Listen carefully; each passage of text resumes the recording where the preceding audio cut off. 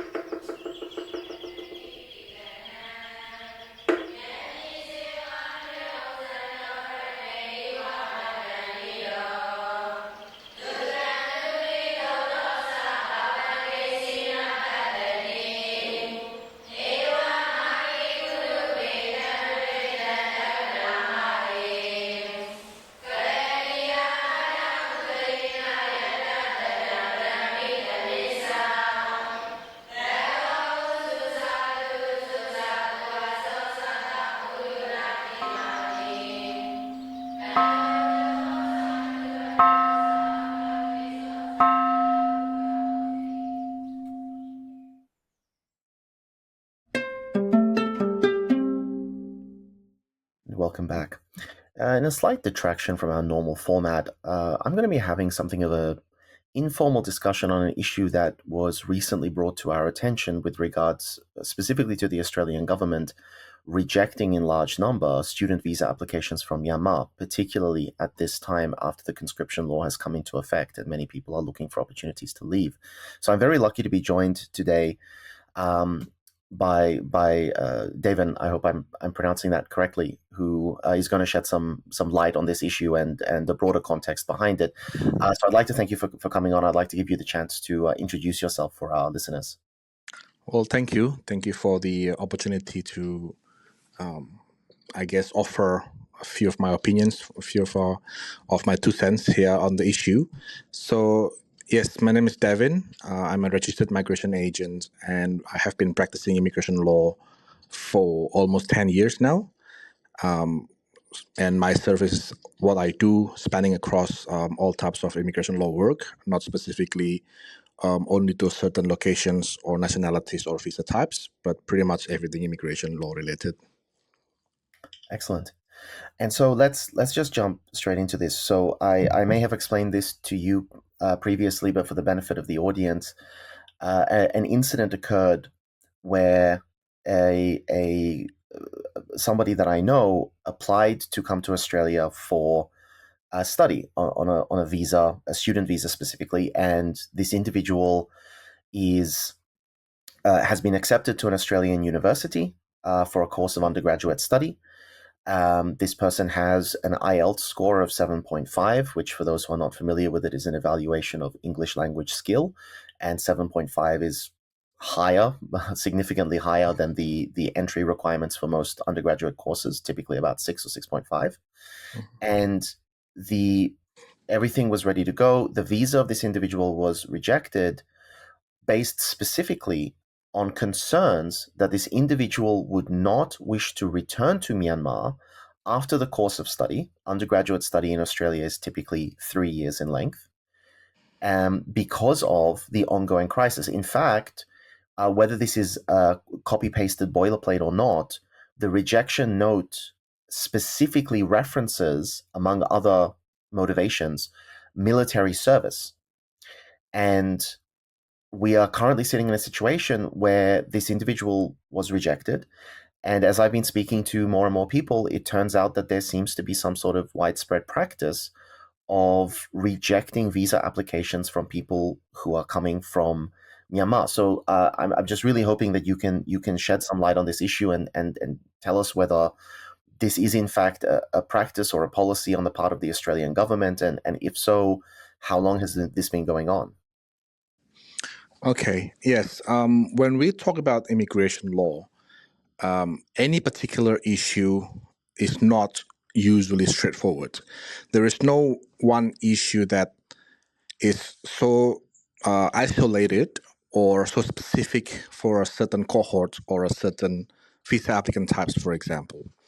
When we talk about temporary visas like student visas, including perhaps visitor visas and also temporary work visas, there is a common criteria across those type of visas where it is required for the applicant to show or to satisfy immigration that the applicant will return to their home country upon completion of whatever their purpose is. So if it's a student visa application, in this case, in this type of scenario, then a student visa applicant needs to show or demonstrate that there are strong incentives for them to return back to their home country upon completion of the study. Now, it becomes very tricky because recently the Australian government has announced their new migration strategy roadmap, and specifically for student visas, there will be certain changes that will happen in the future, in fact, in the near future, to change this assessment of assessing whether the person or the student will return back to their home country to assessing whether the person actually is a genuine student.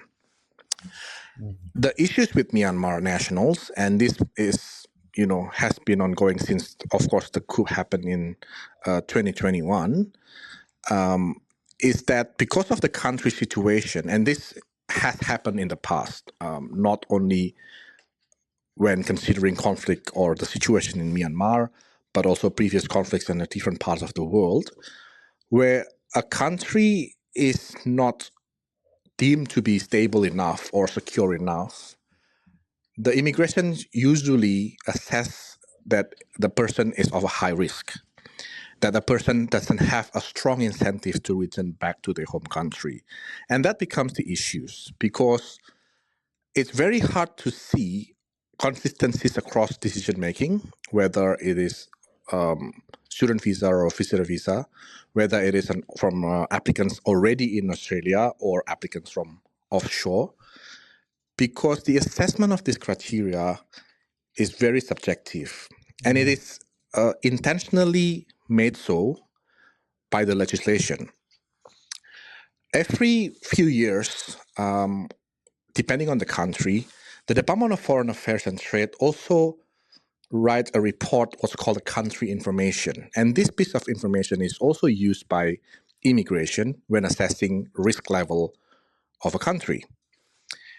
And these complexities in terms of discretionary power, the subjectivity of a case officer or decision maker in assessing any case has made it so difficult for us, whether it's legal practitioners or other individuals or the public, to essentially gauge or identify how to pinpoint or how to address this criteria in a very specific or objective manner. Because it doesn't matter what you say to immigration or what documents you provide to immigrations, they will always have residual or subjective power in deciding it. However, even though we cannot see or we cannot really challenge that, because it is their right to refuse an application, and it is their right and exercising their discretionary power to do so, there is a trend that at least I can see that a refusal rate from, in this case, if you're talking in Myanmar, considering the situation in Myanmar, there is a trend that it seems that the refusal rate has gone up very high. At least we observed that since beginning of 2022. And this has been identified or proven by certain statistics that we request from the department under the Freedom of Information Act. One of my colleagues are also practitioners from Myanmar who are very involved in helping applicants from Myanmar. And we can see that statistically, I think almost 70%, and then we've just got a statistics for visitor visa applications, was refused. More than 70% of applicants from Myanmar were refused. Is this all visa types or just students?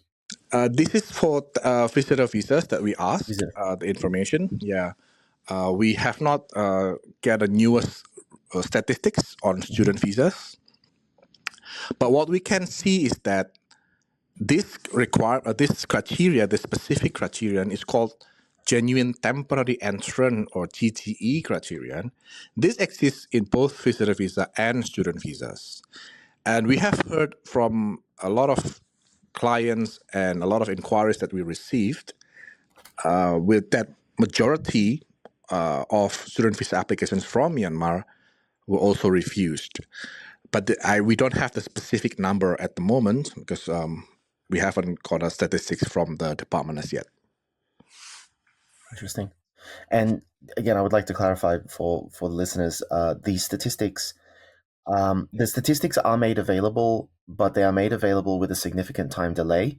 And oftentimes the statistics that are publicly available are not specific enough, or we could say they do not have high enough resolution to be able to monitor something such as, the potential reasons being given for a percentage of refusals coming from a specific country in a specific time period.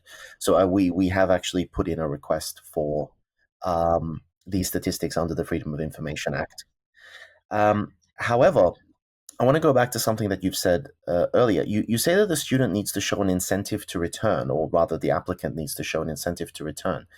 That is very interesting to me, because in most of our legal system, we have the presumption of innocence. But here, it seems that the burden is being placed on the applicant to prove that they have reason to return. The burden is not on the government to prove that they have reason to believe that this individual wishes to stay. Is that true? That is correct, yes.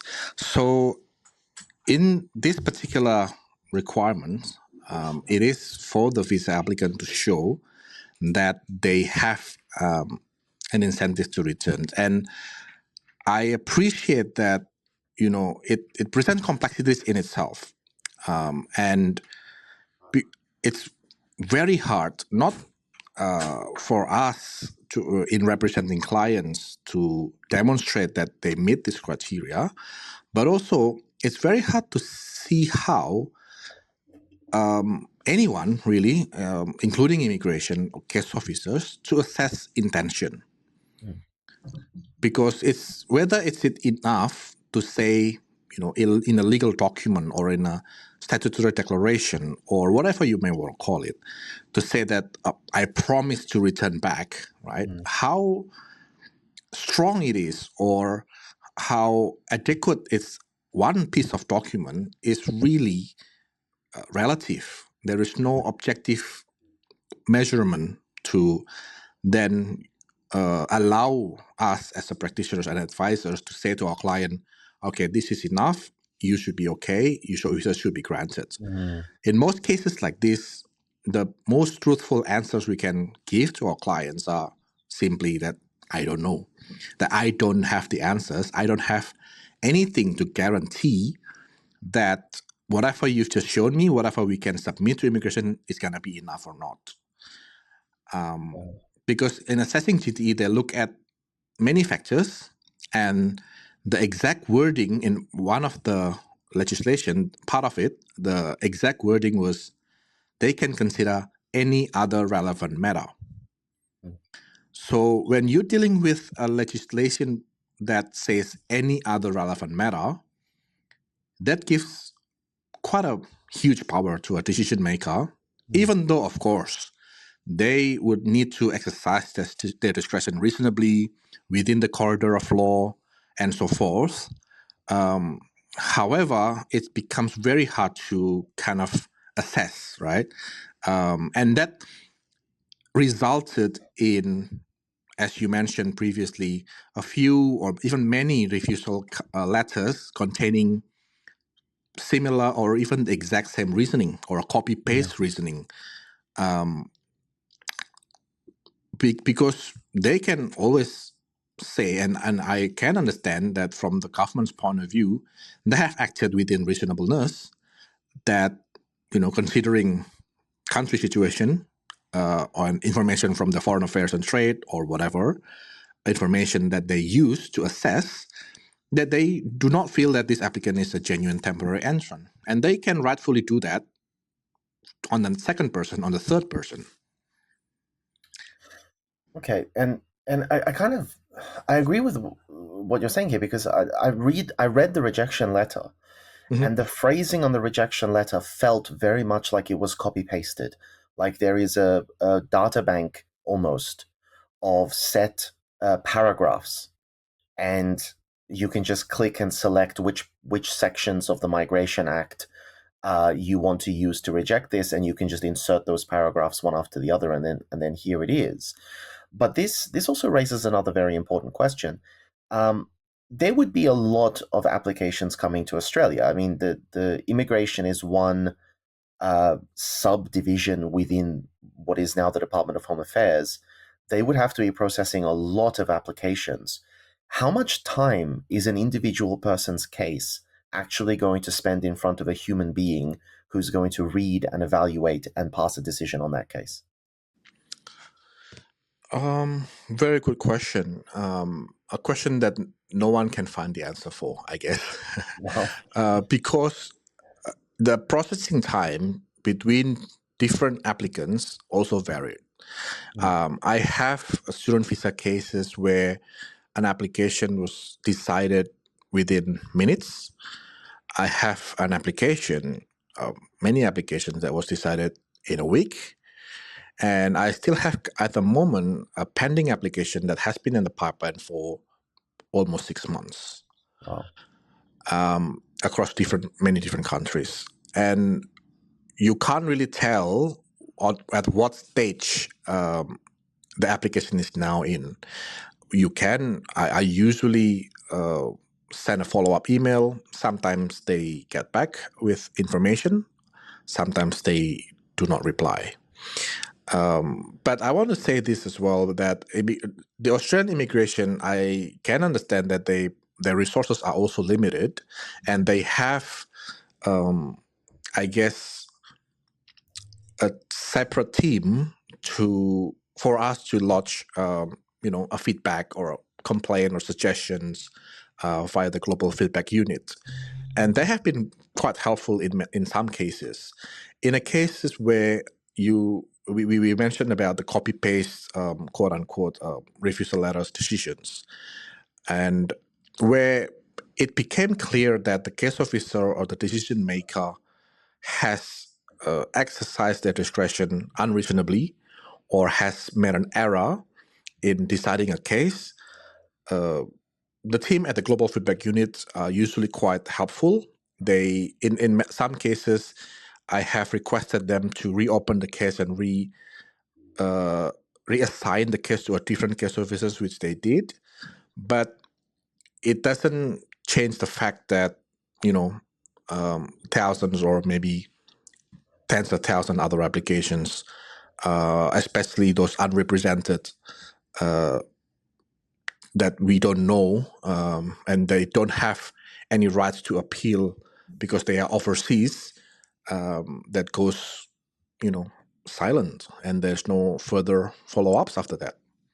And so you talk about the right to appeal. Now, I am thinking back many, many years when I knew some people who worked in the Department of Immigration, back when it was immigration and when it was the Department of Immigration and Citizenship.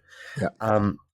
And so what I recall is that in the Australian system, the right to grant or refuse a visa is vested in the office of the minister, and that therefore there is always an avenue for what was called ministerial intervention, to have a special team reassess the case and bring it to the minister, or realistically one of the minister's closer sort of aides, to have a higher, or effectively an appeal that can be granted or can be dismissed on whatever grounds the minister sees fit. Is that actually the case? There is still a pathway or an option to request for a ministerial intervention. But the thing is, it usually is not available for people who reside overseas or who lodge an application while they are overseas. Most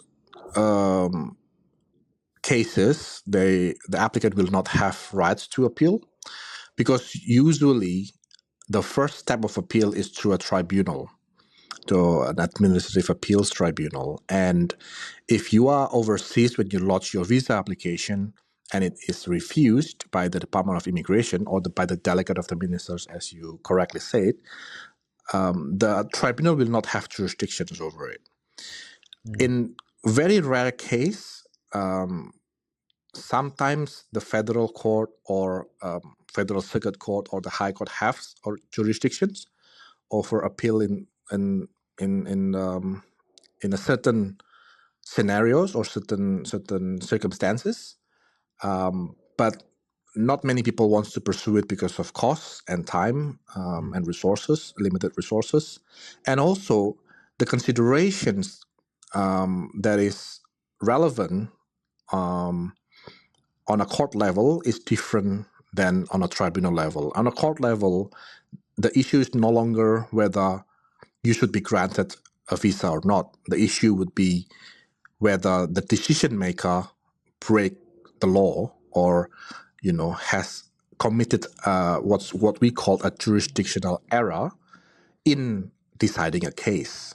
So error like you misapply the law, or whether you considering irrelevant information, or you fail to take consideration of relevant matter. So it's no longer the facts of the case, and that's why not a lot of people want to pursue that. And usually, even if there is an error in procedural or jurisdictional error, as I mentioned, the first recourse is to go to the global feedback unit within the Department of Immigration. The ministerial intervention is usually reserved for people in Australia who has been refused a visa, or whether the tribunal has also refused, and also in a very rare circumstances, because that power can only be exercised personally by the minister. Okay. And just as a curiosity, if you do find an error of procedure and you go to the tribunal, does this incur additional financial cost? Yes. So if you have jurisdiction, or you have rights to appeal to a tribunal, which is the first step of appeal, and usually in a student visa or a visitor visa case is those who applied in Australia, then the tribunal will charge you a fee for it. At the moment in migration division, the fee is around $3,000. And they will refund you 50% of that if you're successful in your appeal. Also, it's worth noting that the average processing time of an appeal ongoing at the tribunal is currently between 1 to 2 years. Wow. So it takes a long time. It's more expensive than the immigration fees. And also the person must be in Australia in the case of visitor or student visa applicants to be able to lodge an appeal. Otherwise, the tribunal will not have, don't want to do anything. Wow. Yeah. So essentially, the people who are currently residing in Myanmar, who are putting in an application and they have been rejected for that application, they have no recourse for an appeal. Majority of the cases, yes. I have a few cases where, but not student visa applicants. There is a specific stream on a visitor visa that if you are sponsored, so not invited as per usually, people know it. When you apply for a visitor visa, usually people will submit an itinerary, an agenda, an invitation from their family members or relatives or whoever in Australia for them to visit, right? But there is another stream of the visitor visa applications where you can be legally sponsored by an eligible relative. And if you applied for visitor visa on that stream and it gets refused, then the relative, which is your sponsor, may have rights to appeal Okay. on your behalf. In some cases, that appeal even can be expedited, but not a lot of people are even eligible to do this, because to be a legal sponsor, you must be a permanent resident or an Australian citizen, and you need to provide an undertaking, a lot of undertaking as a sponsor. But then in that situation, you can appeal on the applicant's behalf because you are here and you are a permanent resident or a citizen of Australia. Oh, okay.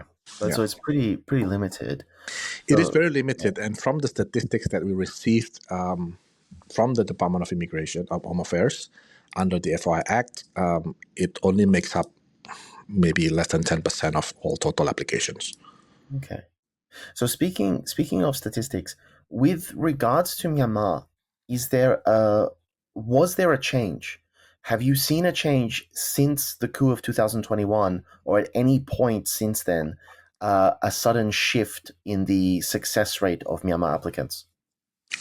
The trend that I observe, and this is based on inquiries that we received, cases, clients, referrals, including of my colleagues who are from Myanmar, who's very active in the community, we started to see the shift of the trend around early 2022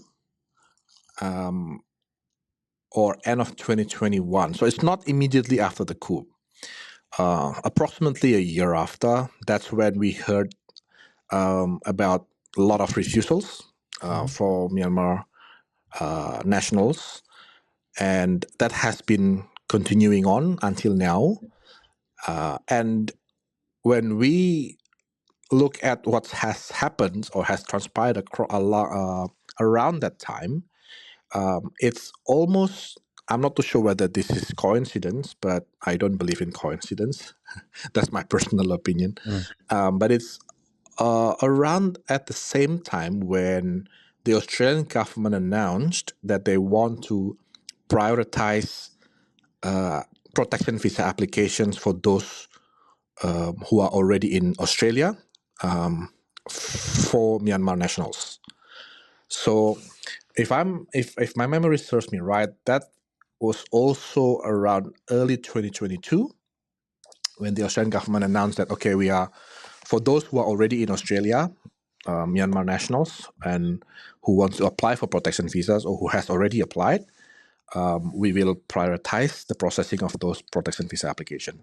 So again, there is no formal,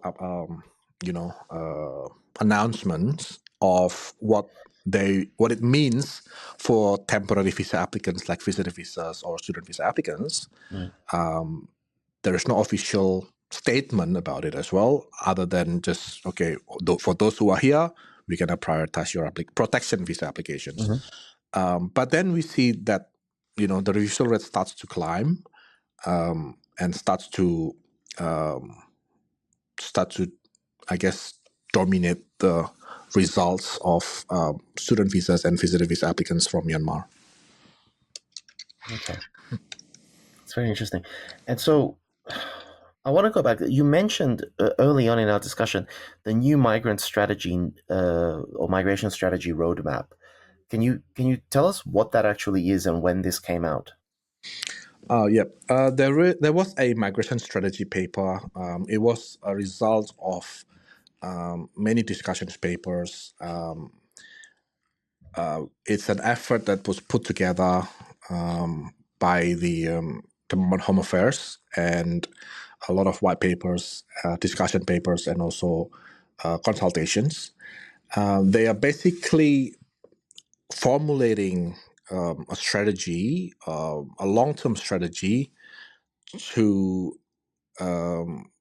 reshape immigration law landscape. Basically, that's what they say, by introducing some changes in different type of visa categories.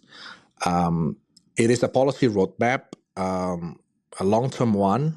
Some of them are planned to be implemented in the next, I guess, 10 years, because the current government argued that the migration system has been broken by the previous government, and this is their attempt to fix it. It covers a lot of different aspects, from work visas, business migrations, and also student visa changes.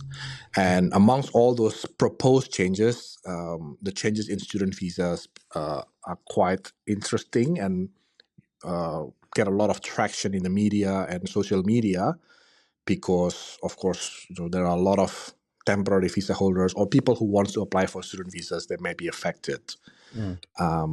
And that was started by a lot of observations by the governments, or information that they have, that a lot of student visa holders in Australia, a lot of them are not actually genuine students. A lot of them use student visa to work, where their primary intention is to work. So that's why they intend to introduce a different criteria. Instead of focusing on whether the person has an incentive to return, there will be an additional or a new assessment whether this person is a genuine student or not. There is no specific law that was passed after that announcement and after that intention. So I don't know yet how it will look like, what will be the policy approach on assessing, again, genuineness or intention of someone who comes to Australia, or how they decide the risk level. So yeah, we are just now waiting and see what would be the result, or what will be the actual law that will be introduced.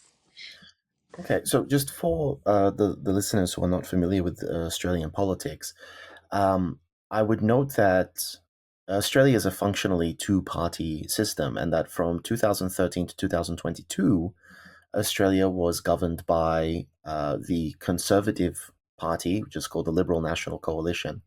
And from 2022 onwards, Australia is governed by the Labor Party, which is generally regarded as center-right or center-left, depending on your particular persuasion.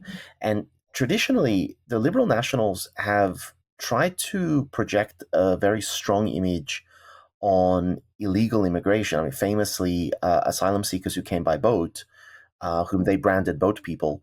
The Liberal National Coalition put a lot of time and effort into going after them, publicizing the operations on the waters to intercept these boats, to send these boats back or take them to Indonesia. So their image is one that's very tough on immigration, and particularly tough on immigration under false pretenses. But you seem to be implying that the current Labour government is accusing the previous Liberal National Coalition government of having broken the immigration system, and also, and correct me if I'm wrong, you seem to be implying that the genuine student, which is actually a real concern, that there are a large number of people who, even under the previous Conservative tough on immigration government, were coming to Australia on false pretenses, claiming to be students and actually just trying to get a job. Is that an accurate description of what you're saying? In a nutshell, yes. I mean, the one who said that our migration system is broken is the Minister for Home Affairs herself. Wow. And this has been confirmed by the Minister for Immigration in many occasions. And that was the reason why they said there is a need to fix. But I also want to say that immigration law in Australia is very, very influenced by politics, as you correctly said. How much political, agenda or motivations is influencing the change of policies or change of laws, no one really knows. No one can really, I guess, assess. But it is an issue it's a political issue sometimes. And with the migration program that they are referring to, they don't refer to specifically boat people, even though recently, if you are aware, of course, it's all over the news. There are more publications about asylum seekers arriving by boat, who are then now transferred to Nauru, in our immigration detention or processing center, which usually didn't happen during these governments, because they don't usually, as you said, advertise or publicize anything that shows strength to border security. But that's a separate issue, I think, because in terms of temporary visas, what they are currently on, and usually it is Labour Party policy to encourage skilled migrants to come in. And one of the issues that they say it's broken is because they think the previous immigration policy is encouraging people to be permanently temporary in Australia, where people stay here for many years on student visas, by keep renewing student visas, by hindering someone to obtain permanent residency under employer-sponsored visas, for example.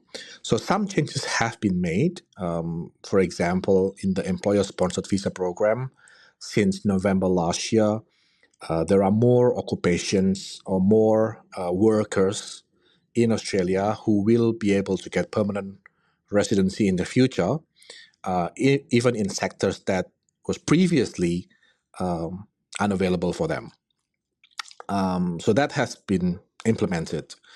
With student visas, I think they will go hand in hand with work visa revamp, in my opinion, because I don't think they will want to stop international students to come in.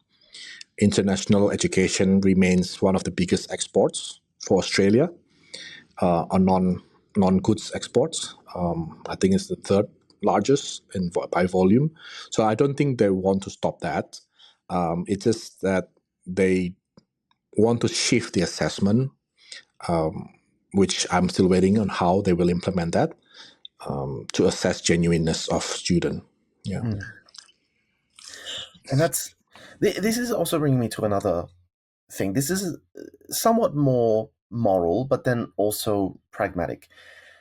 There are a couple of points. The first that I want to touch on is that 3 years is a long time, frankly.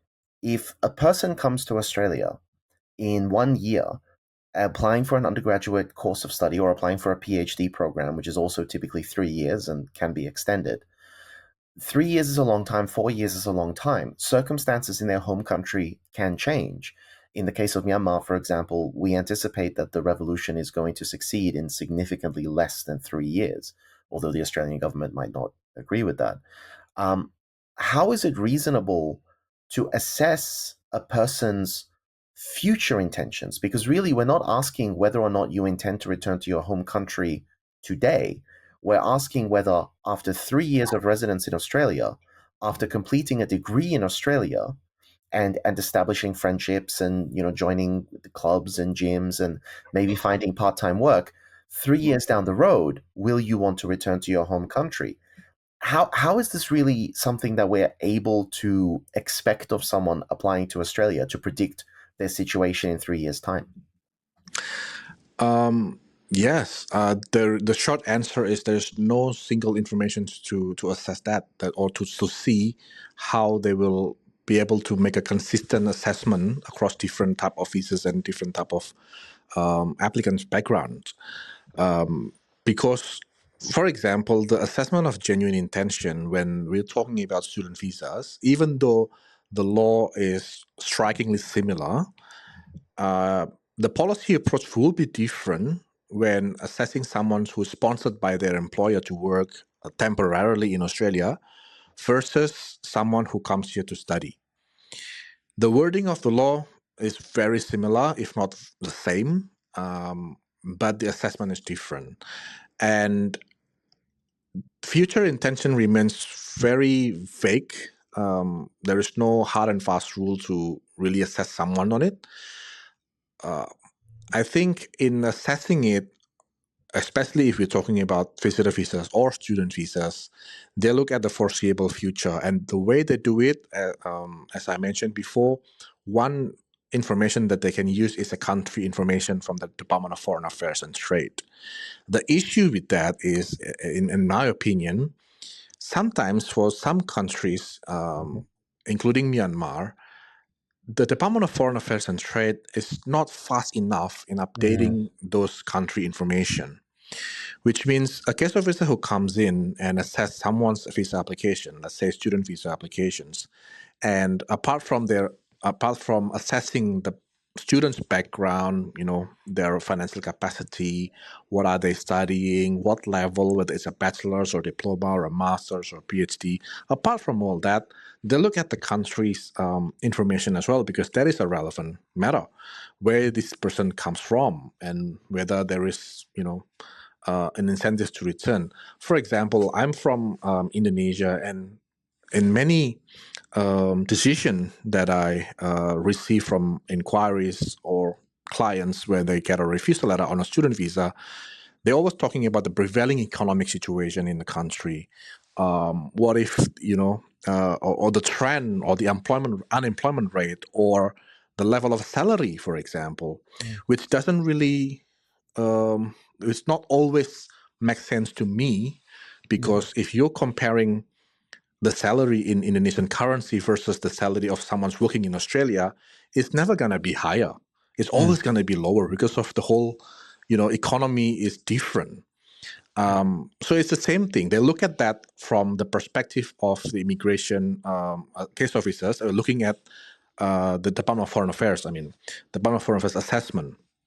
And what's available as a country information. So when the Department of Foreign Affairs is not updating this much, or very often or fast enough to keep up with the development in the country, then that it may result in an unfair decision. Absolutely, and I think I would go further than what you've said, because the information that is provided for Myanmar, obviously right now the country is engulfed in civil war. It's pretty fair to consider the country a no-go zone, but previously, even while I was living there, large parts of the country were, at least on the information available to the public through Smart Traveler, were colored yellow or colored red. But meanwhile, I visited Cambodia. The entire country of Cambodia, according to the Australian government advice, Smart Traveler, was colored green. The cities included and the rural areas included. Now, I know for a fact that the crime rate in Phnom Penh is higher than the crime rate in Yangon. And there are definitely very dangerous parts of Myanmar, no doubt about it. There are places where I would not be stupid enough to go, and where the embassy will inform you must not go to these places. But there are also places like that in Cambodia, where there are very, very aggressive groups, either because they're trafficking in drugs or because they're fighting against the government. And there was no mention of this made that I could see on the Smart Traveler website. So to me, I don't know whether you would agree with this. This is purely conjecture on my part. I have long suspected that some of the information provided by the Department of Foreign Affairs and Trade has also been influenced politically. I am drawn to think back to the attempt that Australia made to resettle asylum seekers in Cambodia. And I've often wondered, again, this is conjecture, I've often wondered whether there was a connection there. So if it is the case that the internal communication in the government is equivalent to what is being made publicly available through portals like Smart Traveler, and if it is the case that immigration officers are using this information to determine the likelihood that someone is a genuine temporary entrant, I would say that's cause for concern at the very least. Yeah, I agree with you in the sense that, and this is a fact, where, for example, Australian government approach to situation in Myanmar, approach to Myanmar nationals, in across different type of visas. We're not talking only limited to student visas or visitor visas or protection visas or refugees. Is different. I wouldn't say which one, is correct or more, I guess, right. Because it's then an opinion on its own. But the approach is certainly different. For example, if compared to our approach with conflicts in Hong Kong, for example, when there was a demonstration, a lot of democracy protests in Hong Kong. I can't remember when it was, a few years ago before COVID, against China or Chinese government. Australian government offered many new stream or new pathways to permanent residency for Hong Kong nationals up until now. Ukraine, for example, when the war broke in Ukraine, there were certain temporary protection visas available fast enough. Afghanistan, another example. So it's always a different approach, and always there will be, political influence behind it. But I agree in a sense that it's different, and you can't really tell what will happen or what would Australian government do for any development that happens. And frankly, in my opinion, we're not fast enough in responding to those. The country information from Myanmar, the document that I keep mentioning in this podcast, I just checked in the Department of Foreign Affairs and Trade website. It was updated last on the 11th of November 2022, which means it has been more than a year. There's no update on it. So some countries even, there was an update only in 2017, and some countries the recent update is June 2023. So I don't know what made them treat this differently. Of course, there are a bunch of political reasons or other reasons. It's not always straightforward. I can appreciate that, but I think the least we can expect is the consistencies across applications, at least from the same location or from the same background. Because what we are dealing with right now is even applicants from the same country would have been assessed differently, and they're not always very transparent about the assessment of risk. For example, when it comes to student visas, yes, they published a streamlined student visa framework. They tell the public that there are different risk levels on different countries, on different educational provider, different universities and colleges, but they never go further than that.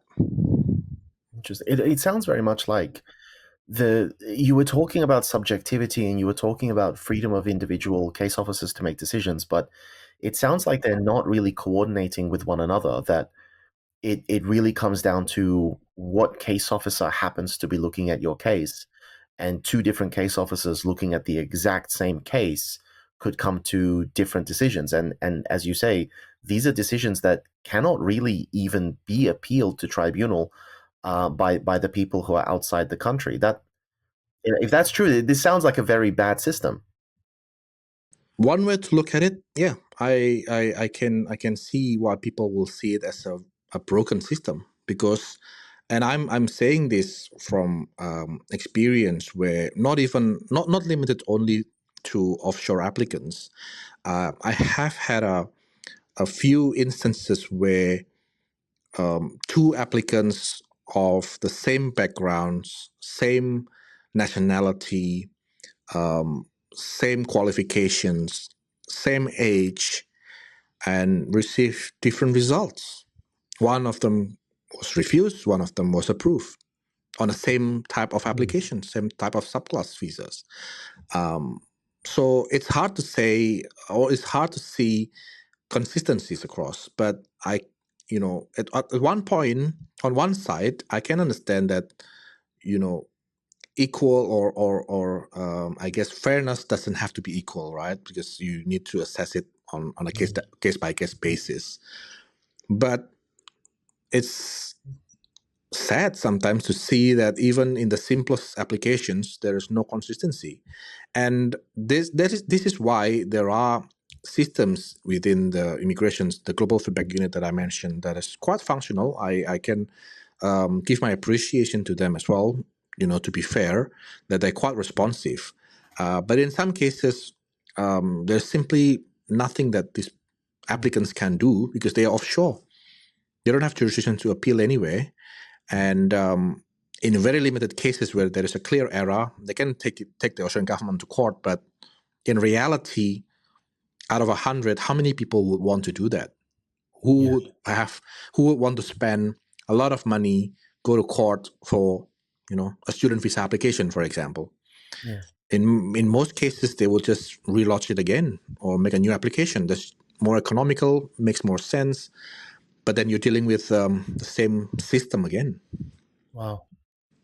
And so I want to look at the financial, because particularly when it comes to the student visa, education, the tertiary education sector in particular, is one of Australia's largest exports. I think currently it is the third largest export.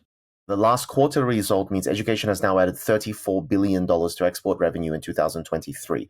This is coming from Universities Australia website I'm quoting from. So a very large number of dollars.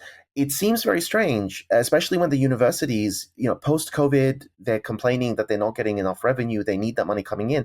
It seems strange. Can you explain to me why the government would forego such a large revenue stream?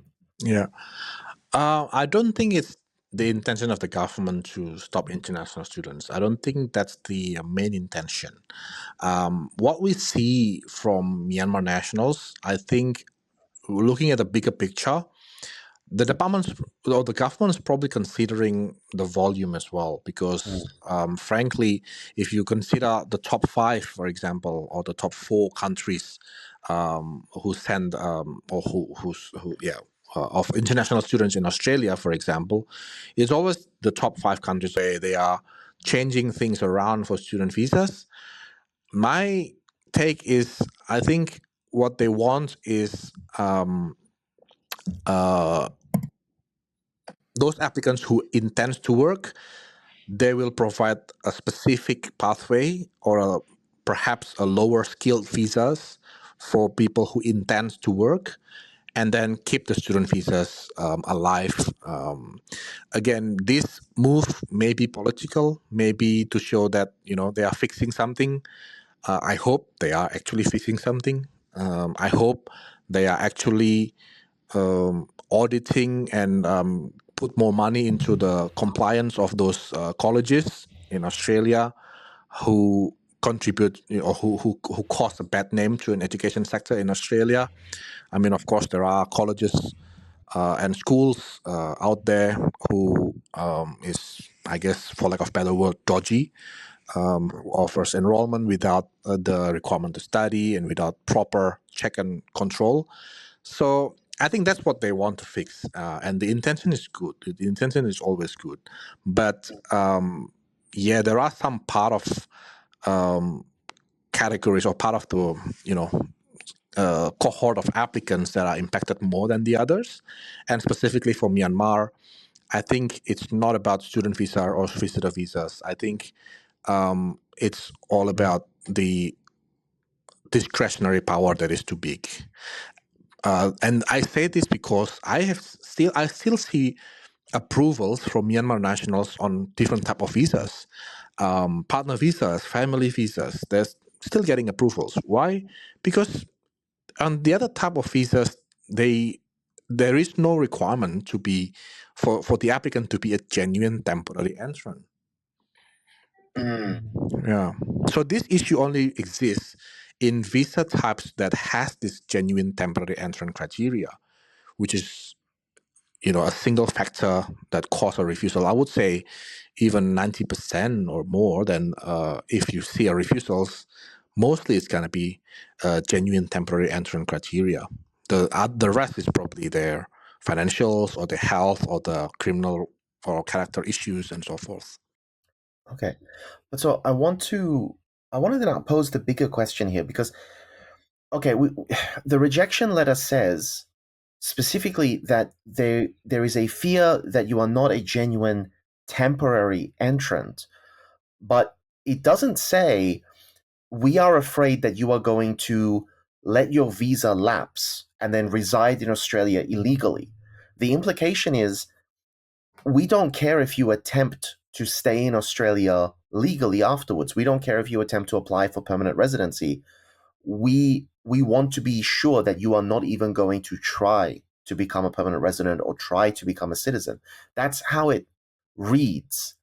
And that's perverse. Surely people who have come to Australia, who speak fluent English, who have achieved tertiary education, who are typically young, able to work, and come from diverse backgrounds and have diverse experiences. Surely these are the exact people that Australia would want to encourage to migrate and to apply for permanent residency. And I've been privileged, as a linguist studying at a university. Obviously, I meet many student migrants in Australia, and the vast majority of them, I think, are incredibly talented, incredibly intelligent, incredibly hard workers, and they do go on after they finish their qualifications. They try to stay in Australia, but they do go on and they do get professional careers and they contribute meaningfully and significantly to Australia. Why is the policy to say, no, even if you're a highly desirable demographic, we want to ensure that you do not come to Australia and try to live here after your studies? Yeah.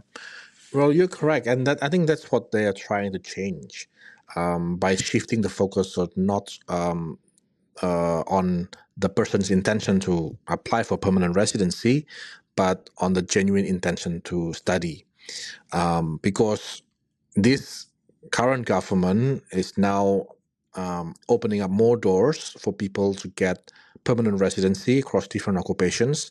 Again, their focus is on the skilled migrations, which means more productive age migrants, a younger demographics, which means to do that, they need to make some changes in student visas. And I think that's what the approach that the new law will take, no longer assessing whether the person will return to their home country, but more on the that the intention on that specific visas. For example, if you're applying for student visas, then you better show us that you intend to study, not for any other purpose like working or so Yeah. forth. And I think that's the correct approach. The homework or the next question would be really on how to maintain the consistencies across borders and across different processing centers, onshore in Australia and offshore in the high commissions or embassies across the world, to have the same approach and the same level of competency amongst case officers to maintain that integrity, to maintain the consistencies across different applications. But then, and this is really the crux of the issue here, like beyond the legalities, this is moving now into morality. For people in Myanmar, especially now that they are facing the risk of being, there's no other way of putting it, abducted by the military and forced into military service in a war that they do not want to be involved in. They definitely do not want to side with the military. Leaving Myanmar is incredibly important. And I want to emphasize that we are not talking about cases of people who are applying for a student visa, even though they have not been accepted to a course of study, even though they do not have the academic credentials to become students. These are legitimate students who have legitimately been accepted to Australian universities. They are willing to contribute tens of thousands of dollars to the university fees, plus the additional costs of housing and food and transportation. They've met all of these criteria, and they come from a country where if they remain, there is a high risk that they are going to be dragged into an armed conflict and they could potentially die.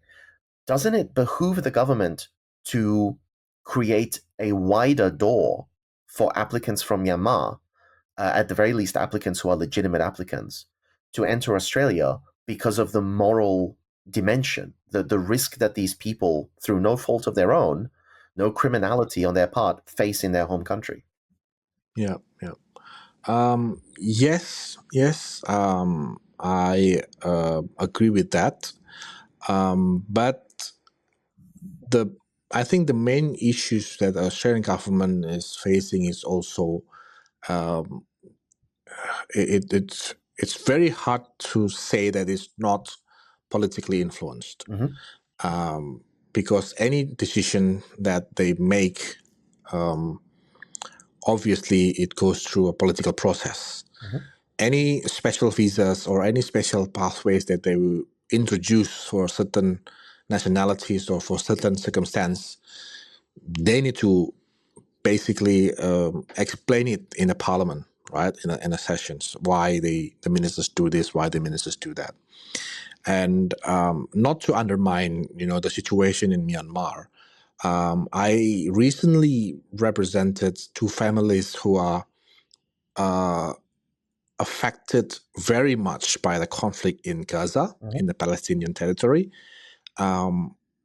When the war broke in early October last year, 2023, the Australian government announced that they are willing to provide assistance, and they encourage these people who are affected by the war in Gaza to apply for temporary visas.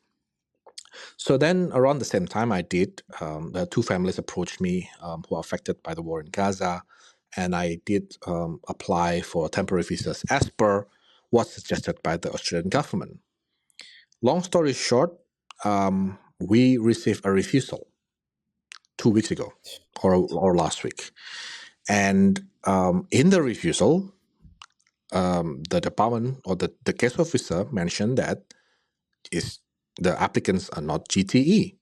They do not believe that the applicant will return to their home country at the end of the visit, because we asked for a 12-month visa at least, which doesn't make sense at all, because not a few months ago they said they're willing to help, and obviously they know these people are running from war. There will be no intention to go back to a war-torn country, in the next few months at least. And the Australian government acknowledged that, and they put it in their website, encouraging people to apply for these visas. Interestingly, now that webpage has changed, and they no longer say the same thing. They said, well, we cannot guarantee any help, any assistance, any consular help. You should consult with the migration, agents or lawyers for visa options, but our application will be assessed case by case. So that just shows, how things can change very quickly without any warnings. And I had difficulty really to explain to the applicants why it was refused, where not so long ago that's the very type of visa that the Australian government encouraged people to apply for. So that's the reality. The Myanmar conflict is largely, the approach is the same. As much as we hope and really want Australian government to do more, they're limited by perhaps migration program quota, perhaps political, agenda or liability or resources. All these processes are really driven by political process, and that's something that I hope a lot of people are like yourself, raising more awareness of it, so that the political process is better, and that's the thing that we can do. And that's absolutely what we hope to do with this episode and with other work that we're pursuing on this issue. Devin, I really want to thank you for taking the time to talk to us. I know that this is taking up quite a bit of your time, but this is a very complicated issue, and it's necessary, I think, to have experts like you shedding light on that. Well, thank you for having me in this podcast. I'm glad to be able to share my opinion, even though I understand and appreciate that the issues of immigration law is never, as simple as it seems. There are a lot of process behind it, as we discussed, the political process, the political will by the Australian government to really put more attention to it. And I think what I can leave behind now before we conclude this podcast is really my message to all your listeners to unite, to keep raising this awareness, to keep talking about it, to keep sharing experiences amongst others, to keep helping each other, because that's how we do it, especially in a situation where it's not the law is not always black and white. It's not always certain, and it's driven by politics and developments around the world. So keep raising the awareness. Don't give up, I guess. It sounds cliche, but as far as we can maintain this movement, this efforts to get ourselves heard by the authority, by the Australian government, by the legislature, then hopefully one day we can look back and say that okay, we've tried.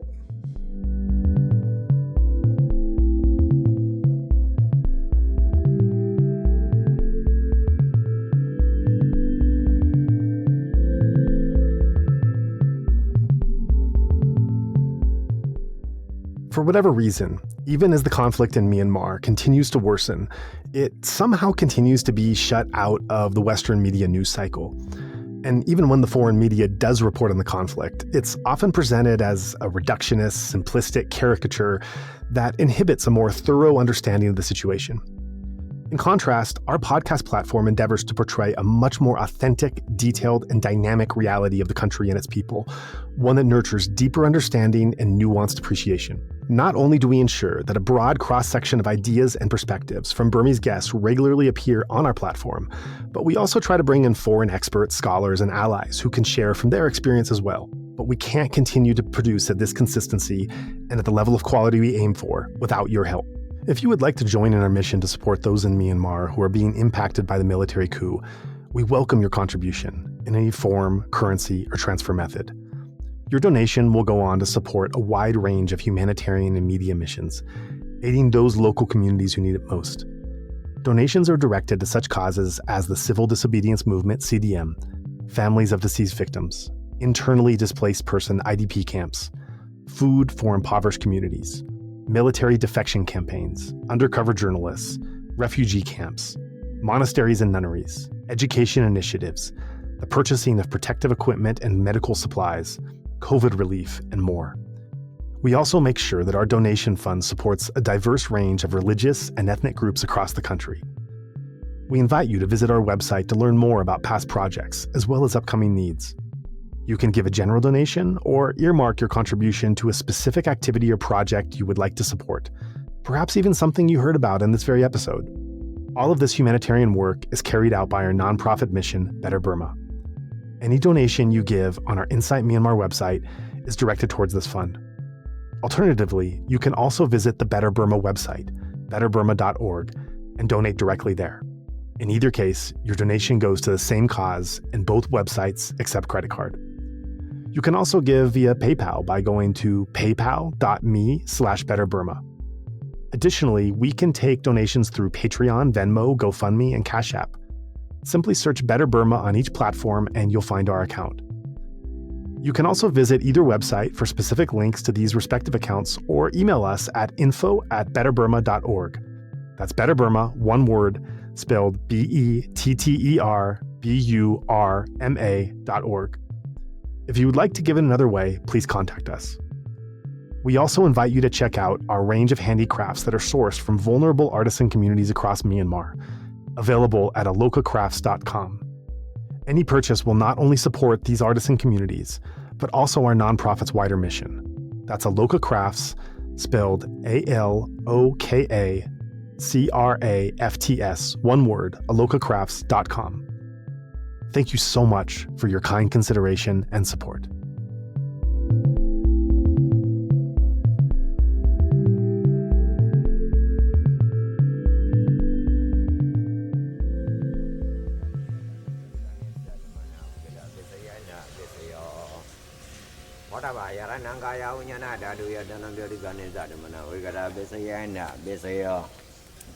Oba yarananda dayananga yaranaya dayanang boda yaranam